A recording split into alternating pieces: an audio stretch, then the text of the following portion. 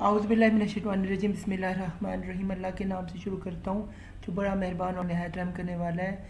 हमारे सब्जेक्ट का नाम plan implementation and educational management और हम यूनिट नंबर 7 को पढ़ने जा रहे हैं और इसका नाम है डिसीजन मेकिंग और प्रेजेंटेड बाय मैं यानी मोहम्मद सफरा खान आपसे मुखातिब हूँ। हमारे कोर्स को इसका कोड है B.Ed का 8617 जिसकी हम स्टडी करेंगे और इस हमारी यूनिवर्सिटी का नाम अल्लामा इकबाल ओपन यूनिवर्सिटी है। तो सबसे पहले हमारे पास इसके ऑब्जेक्टिव्स हैं वो हम स्टूडेंट्स देख लेने हैं। सबसे पहले क्या है, number 1, describe and discuss clearly the concept, nature, process and various steps of rational decision making. यानी कि हम इसमें सबसे पहले समझेंगे और समझने की कोशिश की कंसेप्ट क्या है, नेचर क्या है और प्रोसेस क्या है, वेरियस स्टेप्स क्या फॉलो होते हैं रैशनल डिसीजन मेकिंग करते हुए। नंबर 2 पे हम समझेंगे express verbal and in writing the various elements of and considering and steps involved in education decision making। यानी कि एजुकेशन डिसीजन मेकिंग करते हुए हम कौन से वेरियस एलिमेंट्स को जो है वो कंसीडर करेंगे तब जो इन्वॉल्व होते हैं डिसीजन मेकिंग करते हुए। नंबर 3 पे हम देखेंगे appraisals, appreciate and use in practice situation where necessary the techniques of decision making। यानी कि कौन सी टेक्निक से वो यूज़ होते हैं अप्रेजल्स करते हुए जो कि सिचुएशन के हिसाब से तब्दील होती है और जो नेसेसरी होती है बहुत अहम तरीन होती हैं उनको हम देखेंगे। आगे हम नंबर 4 पे स्टूडेंट्स देखेंगे आइडेंटिफाई करेंगे, इंडिकेट करेंगे एंड डील करेंगे with various pressure groups effectively who make education decision. यानी कि हम देखेंगे आइडेंटिफाई करेंगे, इंडिकेट करेंगे और डील करते हुए देखेंगे कैसे प्रेशर ग्रुप्स जो है वो डील करते हैं इफेक्टिवली जब कोई डिसीजन मेक एजुकेशन में जब वो होना होता है। फिर उसके नंबर 5 पे हम देखते हैं discuss and describe in detail with example the method of arriving at rational educational decision. यानी रैशनल एजुकेशन करते लेते हुए कौन से डिसीजंस को लिया जाता है उसके हम एग्जांपल्स और उसके मेथड को जो है हम समझेंगे। तो आइए स्टूडेंट्स हम इसका चैप्टर का आगाज़ करते हैं, चैप्टर नंबर 7 का। जिसमें क्या है नंबर 1 हम देख रहे हैं the art of decision making. ये क्या है नंबर 1 पे 1.1 इंट्रोडक्शन में हम देखते हैं decision making is the study of identifying and choosing alternatives based on the values and preferences of the decision making। ये डिसीजन मेकर्स यानी कि डिसीजन मेकर जो हैं वो कैसे वैल्यू अपनी एडिशन ऐड करते हैं on the basis of their alternative solution जो वो आइडेंटिफाई करते हैं स्टडी करके पूरे के पूरे बात को समझ के जो उनको कोई ना कोई सिचुएशन दी जाती है। आगे हम देखते हैं 1.2 इसमें क्या complexity of decision making in education. यानी कम्प्लेक्सिटी क्या होती है एजुकेशन मेकिंग करते हुए। एक बहुत बड़े जो है एजुकेशनिस्ट को डेल वो कहते हैं अपने इसके बारे में उन्हें Dale has clarified decision under 5 headings. यानी उन्हें 5 किस्मों पे जो है वो डेल ने जो है अपनी हेडिंग्स दी कि जब आप डिसीजन ले रहे हैं तो 5 चीज़ों का ख़ास तौर पर ख्याल रखा करें तब आप डिसीजन लें। उन्होंने जो है 5 किस्म के जो है वो डिसीजन मेकिंग के बारे में बताया। वो क्या है, नंबर 1 क्या है, ये decisions which are of routine nature. Decision जो है रूटीन नेचर के जो है। नंबर 2 क्या, decisions which affect several area जो सेवरल एरियाज को टच करें। उसमें क्या है 3rd में decision where uncertainty is a factor, uncertainty जिसमें फैक्टर है। फिर 4 क्या है, decision where uncertainty is a dominate factor जिसमें अनसर्टिनिटी जो है डोमिनेट करते हैं फैक्टर में। नंबर 5 के decision after political and strategies में पॉलिटिकल और स्ट्रेटेजी जो है वो मैटर करें।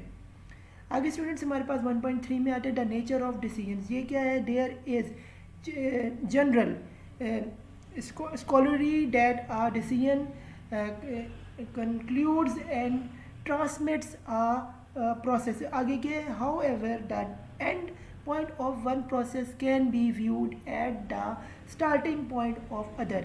यानी एक का शुरू होता है तो दूसरे का ख़त्म होता है। everybody decide about their affairs। हर कोई अपनी बारे में सोचता है उसके बारे with school the attend which what profession to choose। which what job to take, who to marry.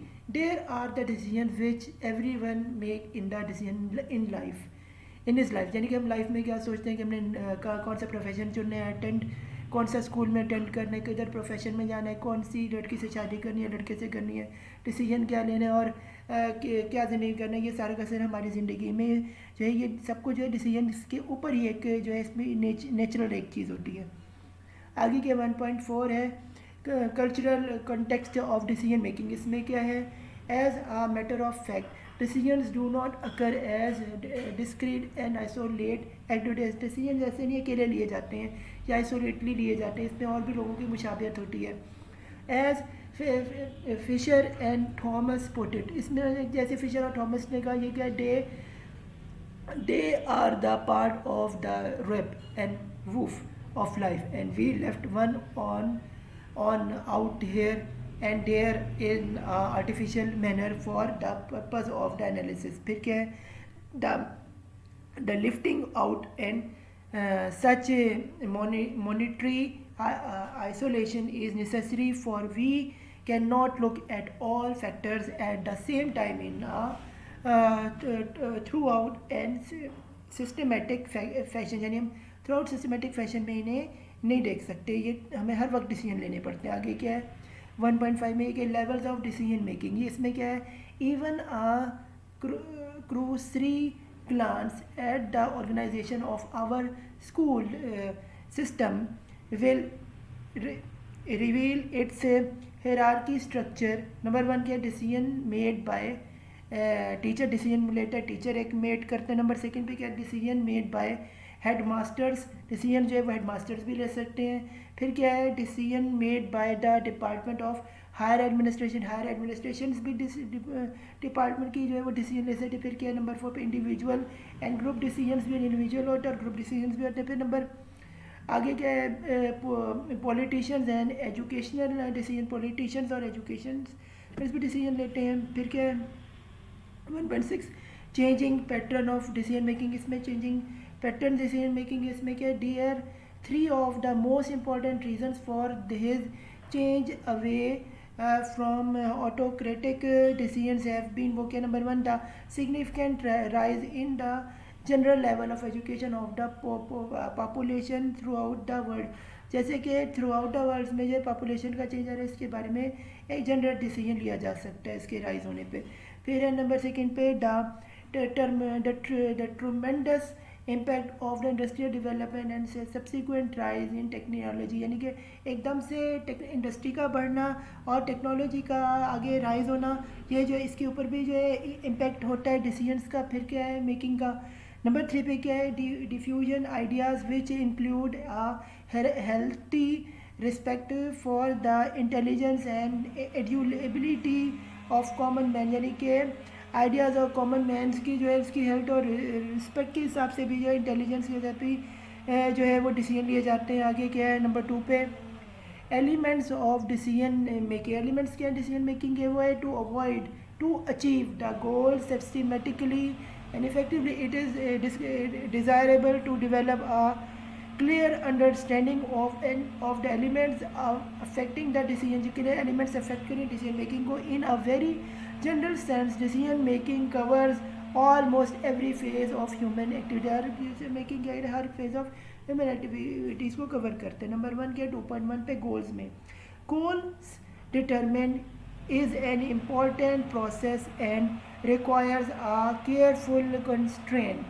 ये फिर क्या है, इंक्वायर कॉन्स्टेंट लेने के लिए गोल को जो बनाया जाता है डिसीजन मेकिंग करने के वक्त। फिर क्या है, goal to be serve include personal, institutional, professional and national idea. जो गोल होता है ये पर्सनल भी होता है, इंस्टीट्यूशनल वाइज भी होता है, प्रोफेशनल भी होता है और कभी कभी मुल्क भी जो है वो डिसीजन गोल्स के लेता है जब वो डिसीजन मेक कर रहा होता है। फिर नंबर 2 पे 2.2 पे इंफॉर्मेशन, ये क्या, information is the basic element in the decision, information जो बेसिक एलिमेंट है डिसीजन मेकिंग में।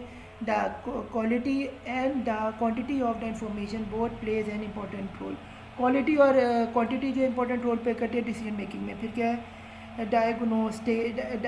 डायग्नोसिस हमें करना पड़ता है पूरे के पूरे इवेंट को जब हम कोई ना डिसीजन ले रहे होते हैं, स्पेसिफिक एलिमेंट है ये इसका। आगे स्टूडेंट्स हमारे पास है elements of decision making number 1। फिर हमारे पास आ रहा है ऑल्टरनेटिव्स, क्या अल्टरनेटिव सोल्यूशन है किसी चीज़ को सॉल्व करने, उसके डिसीजन मेक करता है। स्टेट ऑफ नेचर यानी कि कौन सी नेचर का प्रॉब्लम है उसके हिसाब से डिसीजन मेक होता है।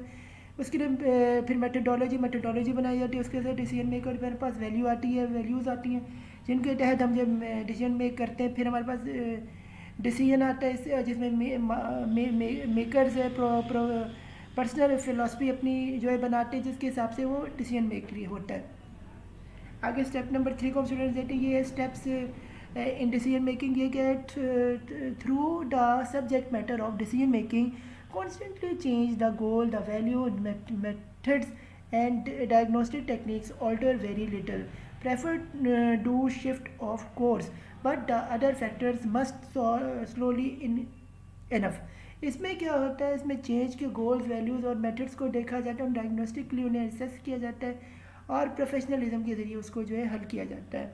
जिसमें नंबर 1 क्या आता है 3.1 में, recognition of the problem and need for decision क्या है।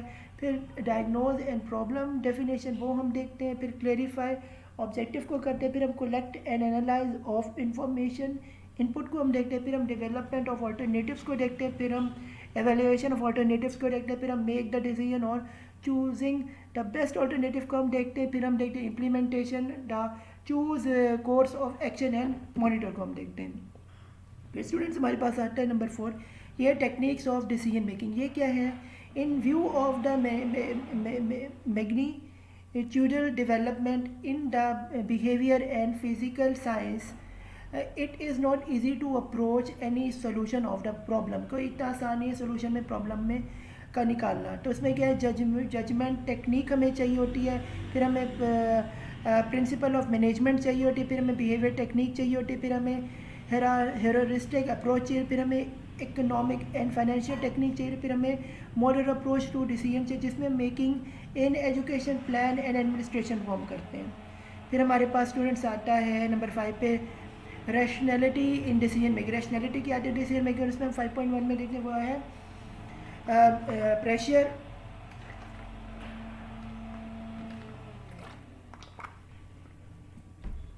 Groups and decision making.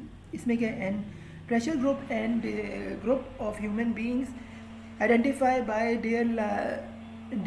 There like maintenance. इसमें क्या आएगा, डी यानी कि an pressure group are group of human beings. ये ह्यूमन बींग का प्रेशर ग्रुप्स जो क्रिएट होता है। आइडेंटिफाई बाय क्या, देयर लाइक है माइंड, डी यानी उनकी उनसे ये होता है। फिर डी कम्युनिटी भी होती है यानी बुरी कंपनी भी होती है, ऑफ इंटरेस्ट होती है एंड देयर, या डिसीजन मेकिंग कंपनी यहाँ पे कम्युनिटी भी होती है जो इंटरेस्ट लेती है and their desire to act effectively in modulating the affairs यानी कि अफेयर्स को चलाने के लिए ऑफ द सोसाइटी और organisation to which they belong, जिस सोसाइटी या ऑर्गेनाइजेशन वो बिलोंग करते हैं। आगे स्टूडेंट्स हमारे पास आते हैं 5.2। इसमें क्या है, objectives of the pressure groups. वो क्या होता है ऑब्जेक्टिव्स प्रेशर ग्रुप के, the pressure group can have 3 objective which are number 1 to help to decision making in taking a correct decision यानी कि सही करेक्ट डिसीजन लिया जाए इसके लिए पर फोर्स की जाती है। फिर number 2 to save the decision maker from taking a bad decision यानी कि सेव की जाए सही डिसीजन को, क्या ना कि बुरा डिसीजन लिया जाए। फिर 3 हमारे पास है students, to cause withdrawal of bad decision यानी कि विड्रॉ जो है बैड डिसीजन को जो है उसको विड्रॉ किया जा सके यानी उसे अवॉइड किया जा सके। फिर नंबर 1 पे इसमें आता है हमारे पास pressure groups within the institutions. Pressure group institution से हो सकते हैं। नंबर 6 में एसोसिएट्स एंड यूनियन हो सकते हैं, इसमें एसोसिएट्स भी हो सकते हैं और यूनियन भी जो है यानी कि फोर्स यूनियन होते हैं, लेबर होती है वो भी, उनकी भी यूनियन होती है, वो भी कभी कभी प्रेशर डाल सकते हैं और डिसीजन बदल सकते हैं। नंबर 3 में हमारे पास है पॉलिटिशियन भी प्रेशर डालते हैं और डिसीजन मेक जो है प्रेशर ग्रुप बनाते हैं जिससे जो चेंज आता है। फिर नंबर 4 पे क्या है, प्रेस जो है यानी सोशल मीडिया वो भी आपका जो है डिसीजन मेक करता है ग्रुप का, तो उससे भी तब्दीली आ जाती है। आगे हमारे पास 5.3 ये है suggestions for decision maker. Suggestions क्या डिसीजन मेकर के लिए हम बना रहे हैं, वो है number 1 to the decision maker should analyse the problem and try to identify the pressure group apparent और इनविजिबल यानी कि ग्रुप जो आइडेंटिफाई करें प्रॉब्लम को और ट्राई करें सही डिसीजन लेने की। फिर करें एनालाइज करने के बाद पूरी सिचुएशन को। फिर है he should have an open mind and pay due attention to the voice articulate by the pressure group। Articulate करें प्रेशर ग्रुप के, पहले पूरा सुनने के बाद ऐसे डिसीजन ना लें, अपने दिमाग को खोलें और पे करें अटेंशन अपने और लोगों के भी राय को इज्जत दें। यानी नंबर 3 पे क्या है, he should not hesitate to meet the spokesman of the pressure group because face-to-face decisions are far more useful than corresponding। Face to face decision ज़्यादा ज़रूरी होते हैं नाज़रीन कि आप ऐसे किसी को दूर से फ़ोन पे उससे बात करें या उससे ना मिलें या ख़त पे बात कर लें, बड़ा अजीब सा होता है। ही आगे हम चलते हैं स्टूडेंट्स, ये he should have an independent source of information to verify the versions of pressure group। यानी प्रेशर ग्रुप के हिसाब से जो होता है वेरीफाई करें इंडिपेंडेंट सोर्सेज को। फिर है नंबर 5 ये discussions with the spokesman of the pressure group should be made with vision with the view to compromise but not necessary comparison on principles. यानी प्रिंसिपल्स को लेके चलें और प्रेशर ग्रुप्स को जो है भी साथ लेके चलें ताकि डिसीजन सही लेकर जाए। स्पोक्समैन को भी बता के आगे क्या है नंबर 6 क्या है, to the decision maker should choose right time for right decision. Decision maker क्या है राइट टाइम पे राइट डिसीजन करे। फिर क्या है हेस्टी और late decisions of the bringing disaster. यानी कि बड़े डिज़ास्टर से बचने के लिए जो है ये करने के लिए ये लिए बेहतर है किसी भी डिसीजन मेकर के लिए। आगे क्या है number 7 he should try to prepare ground for the decision particularly if it is expected to bring controversy. अगर कंट्रोवर्सी से बचने के लिए उसे सबको लेके साथ जाना चाहिए और प्रिपेयर करना चाहिए डिसीजन ताकि एक्सपेक्टेड रिज़ल्ट जो है वो मिल सके।